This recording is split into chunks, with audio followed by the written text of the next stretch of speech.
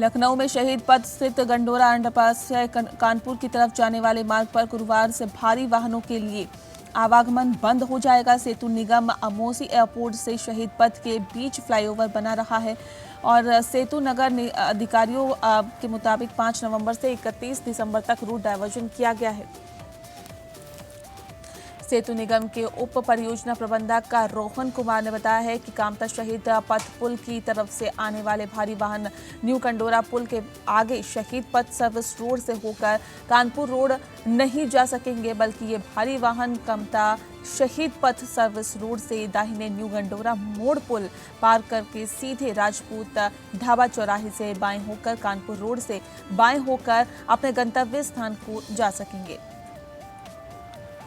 दिवाली और छठ पूजा पर यात्रियों के आरामदायक सफर के लिए 4 फेस्टिवल ट्रेनों की हरी झंडी दिखाई गई है और ऐसे में रेलवे जनसाधारण ट्रेनों को चलाया जाएगा।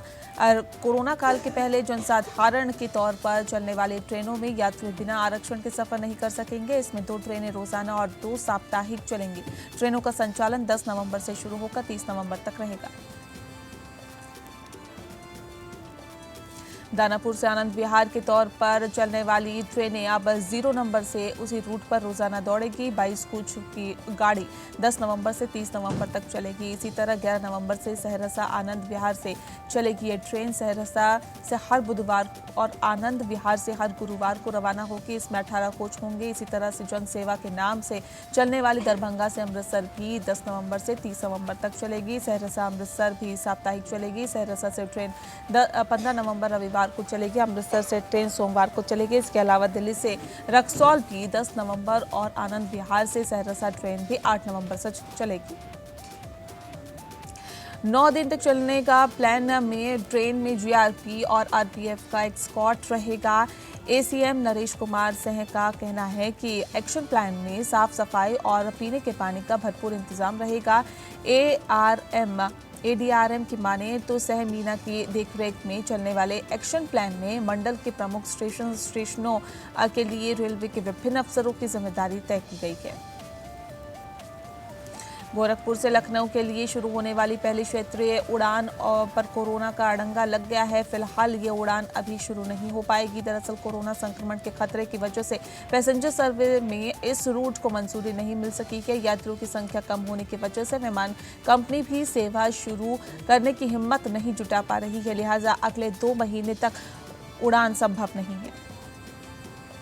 क्षेत्रीय उड़ान परियोजना के तहत एयर इंडिया की गोरखपुर से लखनऊ के लिए पहली विमान सेवा का शेड्यूल सबसे पहले 4 जुलाई को बना था, लेकिन एयरक्राफ्ट की कमी के चलते सेवा शुरू नहीं हो पाई। इसके बाद विंटर शेड्यूल में इसे शामिल कर लिया गया। 25 अक्टूबर का शेड्यूल निर्धारित कर दिया गया, लेकिन उड़ान के पहले ही पैसेंजर सर्वे में फेल हो जाने से दूसरी बार भी सेवा नहीं शुरू हो सकी।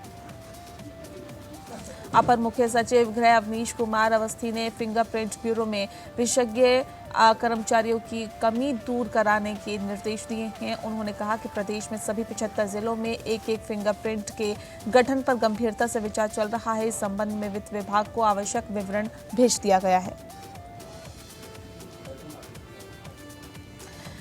लोक भवन स्थित कमांड सेंटर में आयोजित एक उच्च स्तरीय बैठक में सतर्कता विभाग, सीबीसीआईडी, जन सुनवाई प्रणाली और गृह विभाग के कार्यों की समीक्षा कर रहे थे। उन्होंने प्रदेश के लिए आवश्यक 30 बीडीडीएस की जनशक्ति उपकरणों, जरूरी वाहन और स्नीफर श्वान आदि के लिए टीमों के गठन की प्रक्रिया में भी तेजी लाने के निर्देश दिए। साथ ही मिर्जापुर, बस्ती, बांदा, आजमगढ़ और अयोध्या में बन रही क्षेत्रीय विधि विज्ञान प्रयोगशाला के भवनों का भी निर्माण जल्द ही पूरा करने को कहा। मुख्यमंत्री योगी आदित्यनाथ ने निर्देश दिया कि सर्दी की दस्तक हो चुकी है और इसीलिए अधिकारी अभी से रैन बसेरों की व्यवस्था दुरुस्त करने के अंदर लग जाएं और ऐसे में कंबल बिस्तर की खरीद के लिए टेंडर की प्रक्रिया समय से ही पूरी कर ली जाए। इस बात का खास ध्यान रखा जा रहा है कि रैन बसेरों में शौचालय का इंतजाम जरूर हो।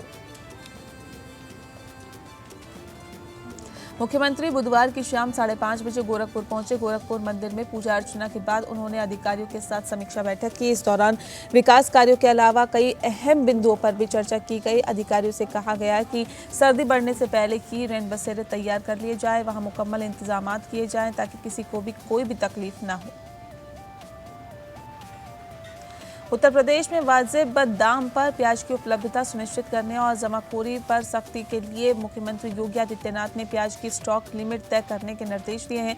प्रदेश सरकार जल्द ही इस संबंध में अधिसूचना जारी करेगी। इसके मुताबिक खुदरा व्यापारी 2 मीट्रिक टन तक, खुद थोक व्यापारी अधिकतम 25 मीट्रिक टन तक प्याज की स्टोर कर सकेंगे। ये सीमा दिसंबर तक अंत तक लागू रहेगी। मुख्यमंत्री कार्यालय ने ट्वीट कर ये जानकारी दी।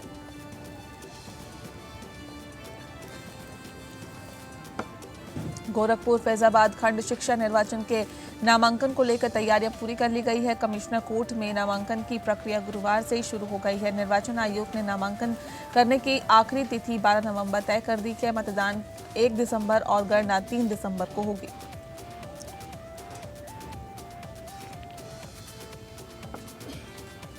नामांकन तक कमिश्नरी में कोई बाहरी नहीं दाखिल हो सकेगा। अफसरों के अलावा सिर्फ प्रत्याशी और उनके 2 समर्थकों के साथ ही अधिवक्ता को भी एंट्री मिलेगी। बुधवार को बैरिकेडिंग कर नामांकन कक्ष के बाहर घेराबंदी कर दी गई है। पूरी नामांकन प्रक्रिया तक वहां सुरक्षा के कड़े इंतजाम रहेंगे। इस चुनाव में 17 जिलों के 9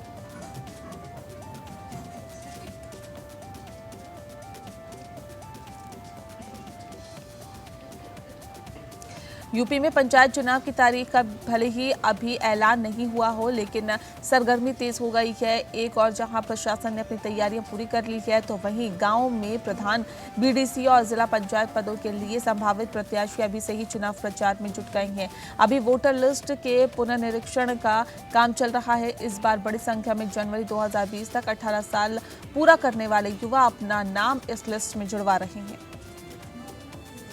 गांव की सरकार चुनने के लिए युवाओं में इस तरह का उत्साह है कि अकेले गोरखपुर में अब तक करीब 1,75,000 आवेदन नए मतदाता बनने के लिए आ चुके हैं। पुनर्निरीक्षण अभियान 12 नवंबर तक चलेगा। माना जा रहा है कि अभियान समाप्त होने तक नए जिले में करीब 2.70 नए मतदाता बढ़ेंगे और इसमें करीब 2 लाख ऐसे युवा होंगे जिन्होंने मतदाता बनने की उम्र इसी साल पूरी की है।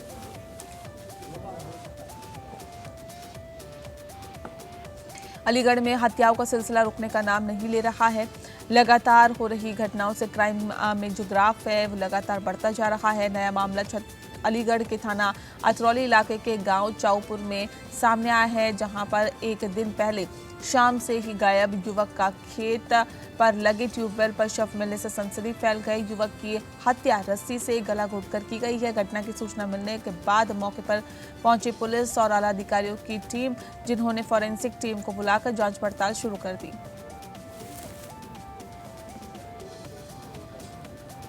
आगरा में कुछ लोगों द्वारा शहर की फिजा बिगाड़ने की कोशिश की गई थी, जिसमें शहरी इलाकों में अलग अलग जगहों पर मुस्लिम धार्मिक स्थलों पर भगवा रंग पोत दिया गया था।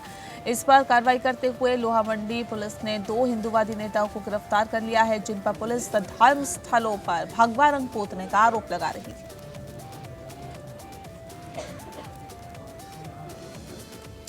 बागपत में जिला गन्ना अधिकारी कार्यालय पर धरने पर बैठे किसान शहराज सिंह की हृदय गति रुक जाने से मौत हो गई है। किसान की मौत से गांव में गम का माहौल बना हुआ है। पूर्व प्रधान कुलदीप सिंह ने बताया कि किसान धरने पर बैठे थे, तभी अचानक किसान शहराज सिंह को दिल का दौरा पड़ा और उनकी मौत हो गई।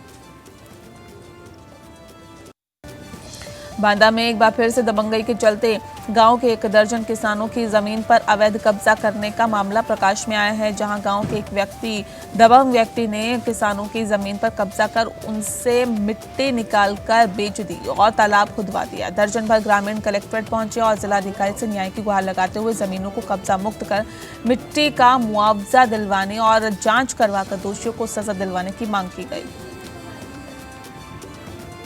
बांदा शहर कोतवाली क्षेत्र अंतर्गत मर्दन नाका मोहल्ले की निवासिनी महिला का पति कैंसर की बीमारी से ग्रस्त है। गरीबी के चलते महिला अपने पति का इलाज कराने के लिए असमर्थ है, जिसके लिए वह आयुष्मान कार्ड बनवाने के लिए कई बार सीएमओ कार्यालय पहुंची, पर उसका कार्ड नहीं बन पाया, जिस पर महिला अपने देवर और बच्चों के साथ कलेक्ट्रेट पहुंची और जिलाधिकारी को ज्ञापन देकर आयुष्मान कार्ड बनवाने की गुहार लगाई।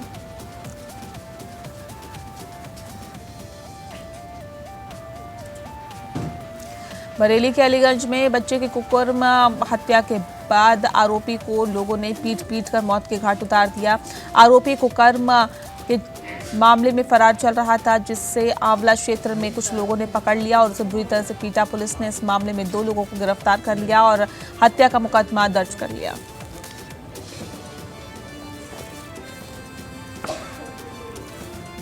ग्रेटर नोएडा में भारतीय किसान यूनियन अराजनीतिक टिकैत के राष्ट्रीय सचिव चौधरी महेंद्र सिंह चौरोली ने अपने हजारों कार्यकर्ताओं के साथ भारतीय किसान यूनियन की सदस्यता ग्रहण की।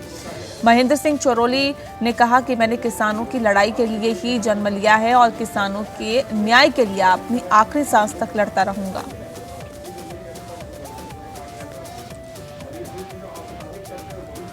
हमीरपुर जिले में एक युवक की हत्या का तालाब के किनारे शव फेंक देने से मामले में हड़कंप मच गया और ग्रामीणों की सूचना पर मौके पर पहुंची पुलिस ने शव को कब्जे में लेकर पोस्टमार्टम के लिए भेज दिया। मृतक के परिजनों की तहरीर के आधार पर मामले की छानबीन की जा रही है। पुलिस के मुताबिक पोस्टमार्टम की जांच रिपोर्ट आने के बाद आगे की कार्रवाई की जाएगी।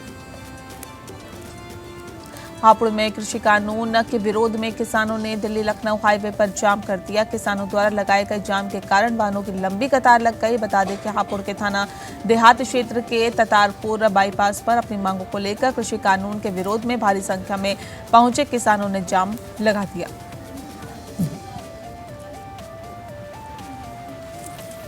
हरदोई पुलिस ने बड़ी कार्रवाई करते हुए गैंगस्टर एक्ट में वांछित चल रहे 20-20 हजार रुपए के इनामी 2 अपराधियों को गिरफ्तार करने में सफलता हासिल की है। कोतवाली शहर में फरार चल रहे शातिर चोर नकाबजन को ज्योति नगर पुल के पास से गिरफ्तार किया गया है।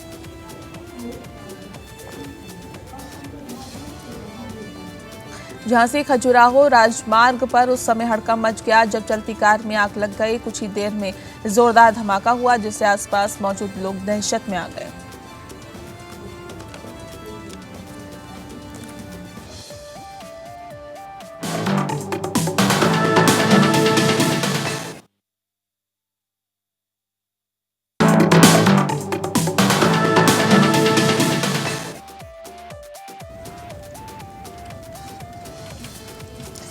सूखे से जूझते बुंदेलखंड में पानी पर सियासत शुरू हो गई है। झांसी के गरोठा विधानसभा क्षेत्र में नहर चालू न होने से दर्जनों गांवों के किसान आंदोलन कर रहे हैं। वहीं क्षेत्र के पूर्व सपा विधायक दीप नारायण सिंह ने मौजूदा भाजपा विधायक जवाहरलाल राजपूत पर गंभीर आरोप लगाते हुए नहर समय से न चलने का ठीकरा उन पर फोड़ दिया।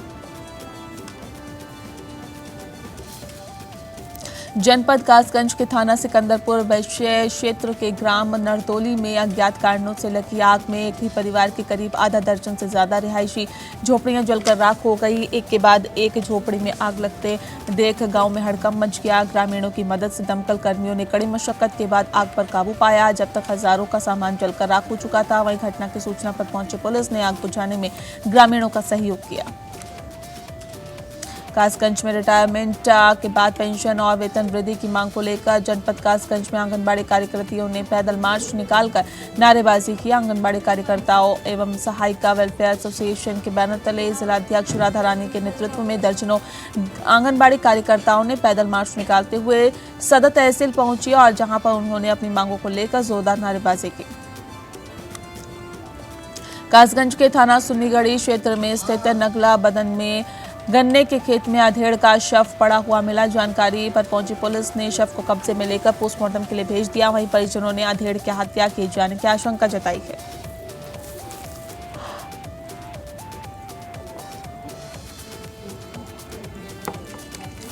कन्नौज में करीब 3 दिन से लापता युवक का शव नाले में मिला है। युवक का शव देखकर इलाके में सनसनी फैल गई। स्थानीय बच्चों ने युवक का शव नाले में देखकर हत्या कर शव फेंके जाने की आशंका जताई है। परिजनों के कोहराम परिजनों में मचा हुआ है और पुलिस ने मौके पर पहुंचकर जांच शुरू कर दी है।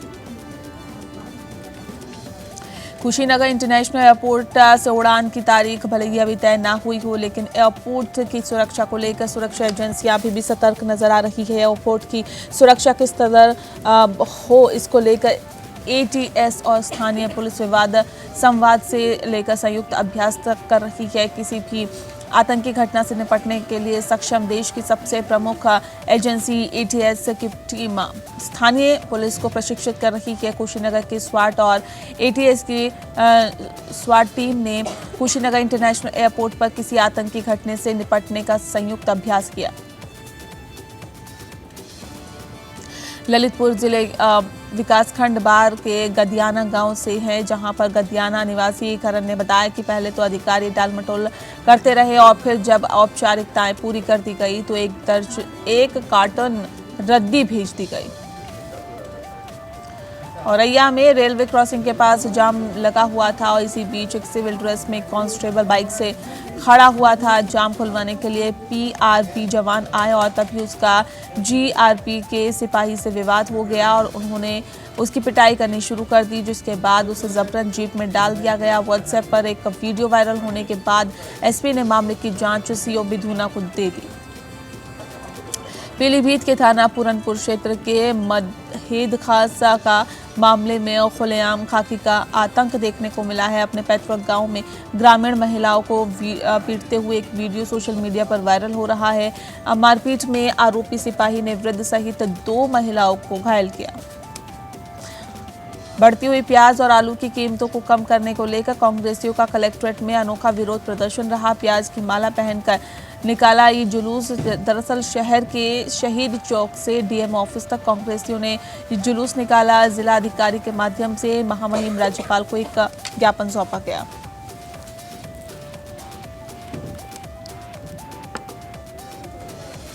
रामपुर के टांडा में झोला छाप डॉक्टर के इंजेक्शन से युवक की मौत हो गई। इस पर स्वजन गुस्साए और ऐसे में क्लिनिक का घेराव कर जमकर हंगामा काटा गया। पुलिस झोला छाप को कोतवाली ले गई है और पुलिस ने छीनने के प्रयास में नोकझोंक व हाथापाई भी पुलिस के साथ हुई। बाद में ग्रामीण शव को रामपुर ले गए।